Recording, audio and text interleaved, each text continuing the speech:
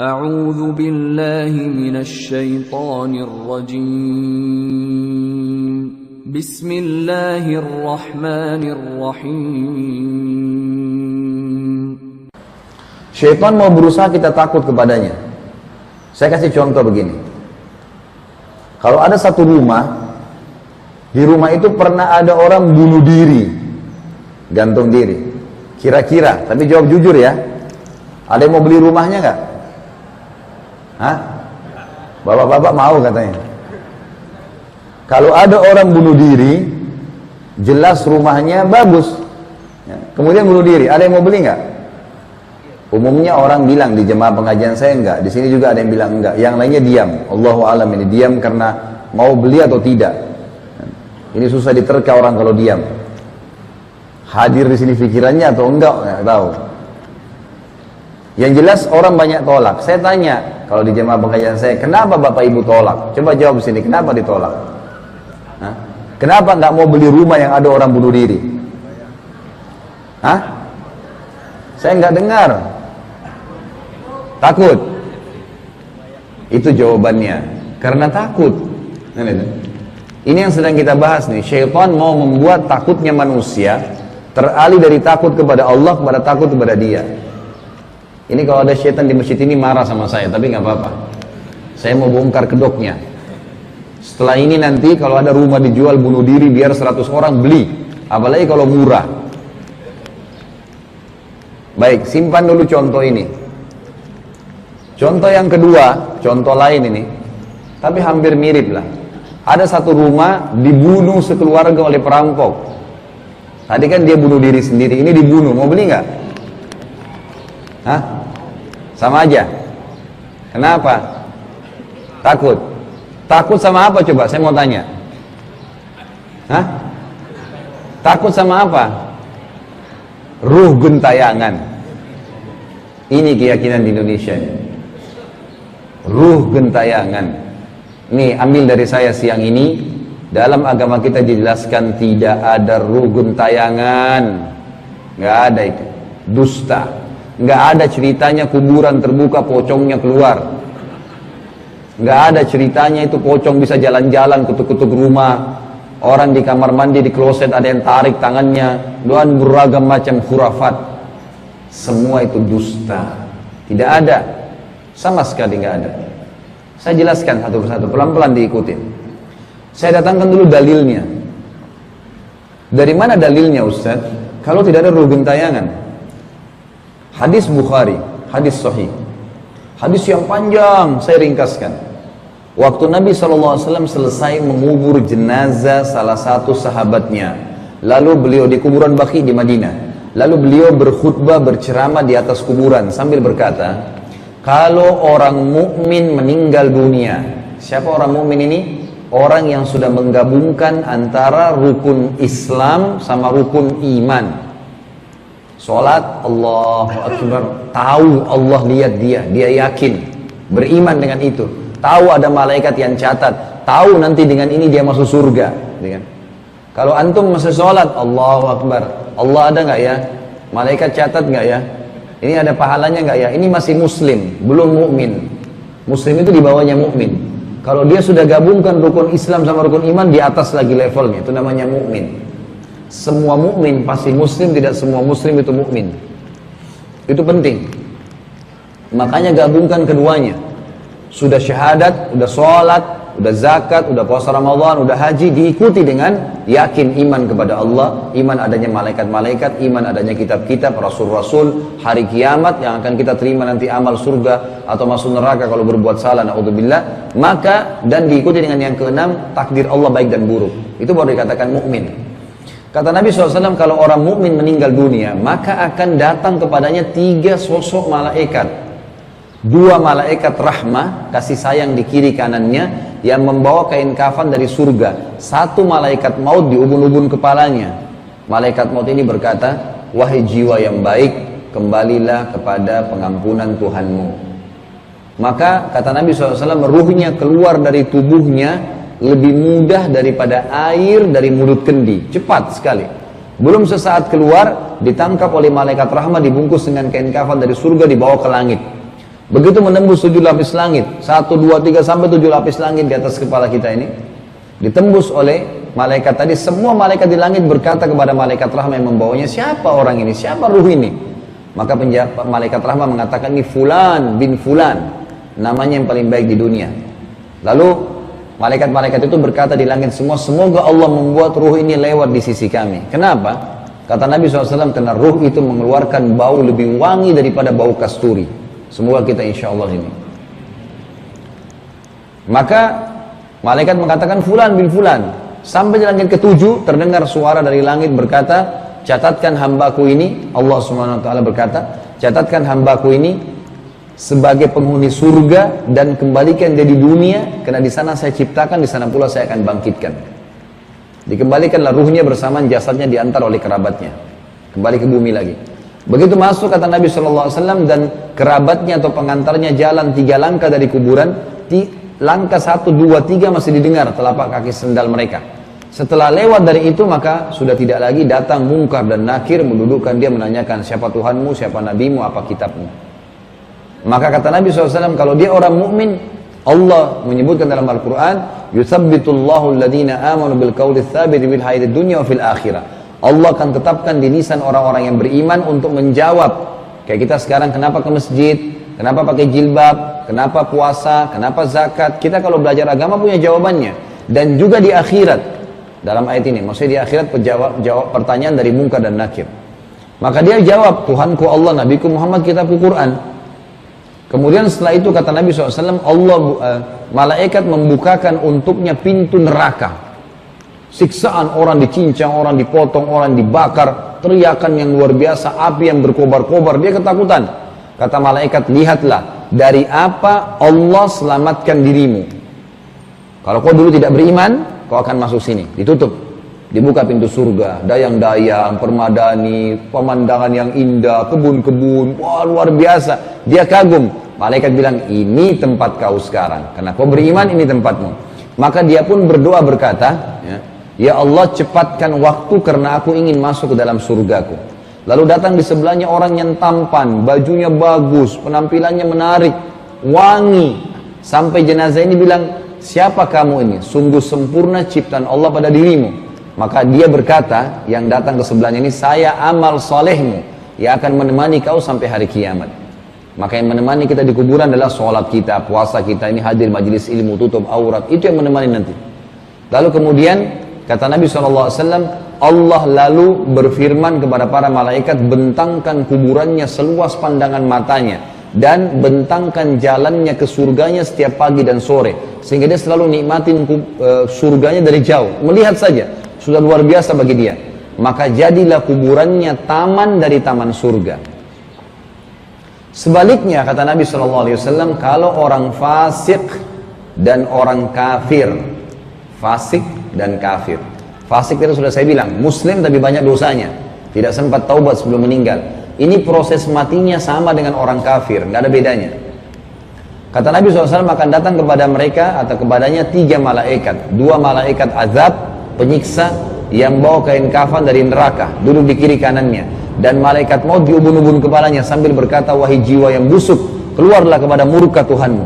Maka ruhnya berantakan di tubuhnya, nggak mau keluar, nggak mau keluar. Kata Nabi SAW, lalu malaikat memaksa ruh itu keluar, ibaratnya seperti pohon berduri, seperti bulu domba yang basah dililitkan di pohon berduri, lalu ditarik dengan keras sehingga berantakan bulu domba itu. Di sini kita lihat orang yang fasik dan kafir seperti itu prosesnya. Lalu kemudian kata Nabi SAW, begitu ruhnya keluar, belum sesaat keluar, baru sesaat keluar sudah langsung ditangkap oleh malaikat azab, dibungkus kain kafan dari neraka lalu dibawa ke langit. Baru tiba di langit pertama saja, malaikat menutup pintunya dan berkata, siapa ini? Sungguh buruk ruh ini. Maka berkata malaikat azab yang membawanya, ini fulan bin fulan, namanya yang paling buruk di dunia. Lalu kemudian mereka berkata, para malaikat di langit, semoga Allah tidak buat lewat di sisi kami nih. Kenapa? Kata Nabi SAW, karena ruh itu mengeluarkan bau lebih busuk daripada bau bangkai. Wa na'udzubillah. Lalu terdengar suara dari langit, Allah berkata, catatkan hambaku ini termasuk penghuni neraka, kembalikan dia di dunia, di sana saya ciptakan, di sana pula saya akan bangkitkan. Diantar ruhnya, bersamaan dengan jasadnya. Diantar. 3 langkah orang mengantar, dia masih dengar suara sendalnya. Setelah itu sudah tidak, malaikat datang mungkar nakir, dudukan siapa Tuhanmu, siapa nabimu, apa kitabmu. Dia tidak bisa jawab. Dia cuma bilang, walaupun muslim, hafal mati, kalau tidak sempat bertaubat sebelum meninggal, begini keadaannya. Dia bilang, innama aqulu kama kana yaqulun nas. Saya nggak tahu, saya cuma ikut-ikut dulu orang bilang apa. Dia nggak tahu. Lalu dibukakan baginya pintu surga, dayang-dayang, kebun-kebun, permadani, pakaian, fasilitas yang luar biasa. Dia kagum. Kata malaikat, lihatlah, dari apa kamu haramkan dirimu. Kamu sebenarnya bisa masuk di sini, tapi kamu sendiri yang nggak mau patuh, nggak mau nikmatin yang halal, maunya menikmatin yang haram. Ini masalahnya. Ditutup. Lalu dibuka pintu neraka, azab, siksaan, orang dicincang, dicambuk, teriak-teriak, api yang berkobar-kobar. Dia ketakutan. Kata malaikat, ini tempat kamu nggak bisa lari. Kamu akan masuk di sini. Maka dia pun berdoa berkata, ya Allah, jangan cepatkan waktu karena aku tidak ingin masuk ke nerakaku. Lalu datang di sebelahnya orang yang tampangnya buruk, bau badannya nggak enak, menakutkan. Sampai ruh ini berkata, siapa kamu? Sungguh buruk ciptaan Allah pada dirimu, pergi dari saya. Maka dia mengatakan, saya akan menemanimu. Saya amal burukmu yang akan menemani kau sampai hari kiamat. Maka kemudian Allah SWT dalam 2 riwayat Bukhari, penutupannya yang pertama berbunyi, Allah Subhanahu wa ta'ala mengutus padanya malaikat yang tidak punya pendengaran dan penglihatan, yang membawa besi. Allahu alam ini bagaimana malaikatnya, tapi begitu penyampaian hadisnya, yang membawa sebuah besi, yang kalau besi itu mau dibalik oleh jin dan manusia, semua bergabung, mau membalik mereka tidak akan mampu karena beratnya. Dihantamkan ke orang ini maka hancurlah dia, lalu diutuhkan lagi, begitu terus sampai hari kiamat, disiksa. Riwayat yang kedua mengatakan dinding kuburannya akan menjepit tubuhnya sampai tulang rusuknya seperti ini, lalu kembali lagi begitu terus sampai hari kiamat. Kata ulama, kalau digabungkan 2 riwayat ini, dia sambil dijepit sambil dipukul, diutuhkan lagi, begitu terus sampai hari kiamat. Maka jadilah kuburannya lubang dari lubang neraka. Ini hadis yang panjang lebar saya jelaskan ini adalah hadis yang membuktikan tidak ada ruh gentayangan, karena hadis ini menjelaskan tentang keadaan kuburan. Kalau tadi kita tarik ke contoh yang pertama, orang bunuh diri dosa besar bukan? Berarti orang yang bunuh diri itu di kuburannya sedang disiksa.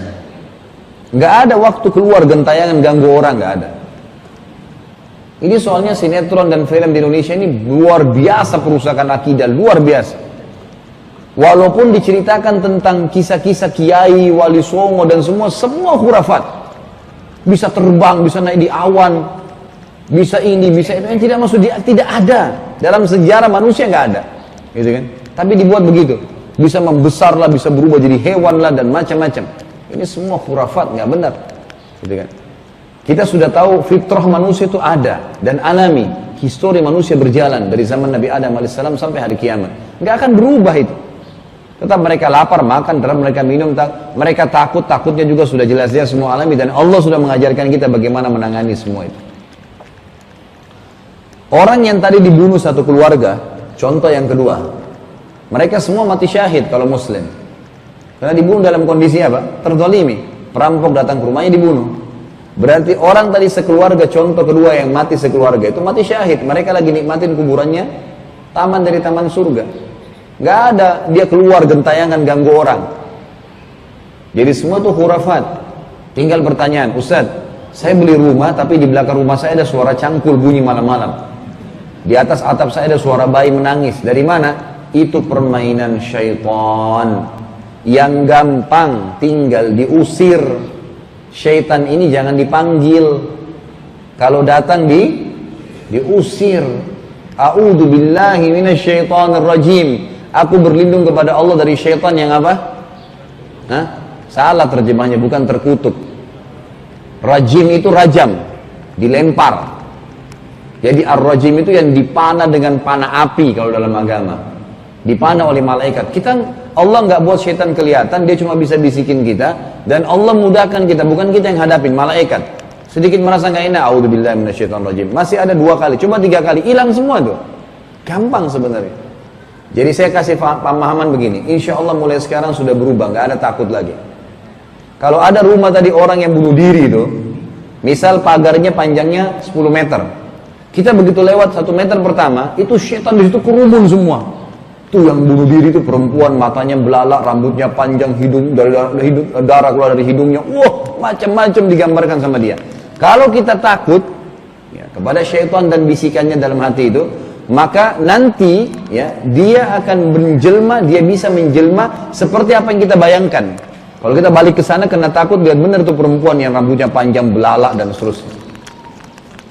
Tapi kalau ada teman kita jalan, kita tanya, kamu lihat gak? Kalau dia tidak takut, dia tidak bakal lihat. Mustahil orang yang tidak takut sama syaitan bisa lihat penampakan, mustahil. Gak mungkin loh. Karena dia takut, dia bisa lihat. Syaitan mainkan dia. Makanya gak boleh takut kecuali kepada Allah Subhanahu Wa Taala. Gak ada. Allah mengatakan tentang syaitan, ya, dzalikumus syaitanu yukhawwifu awliya'ah. Syaitan itu menakut-nakuti orang yang takut sama dia.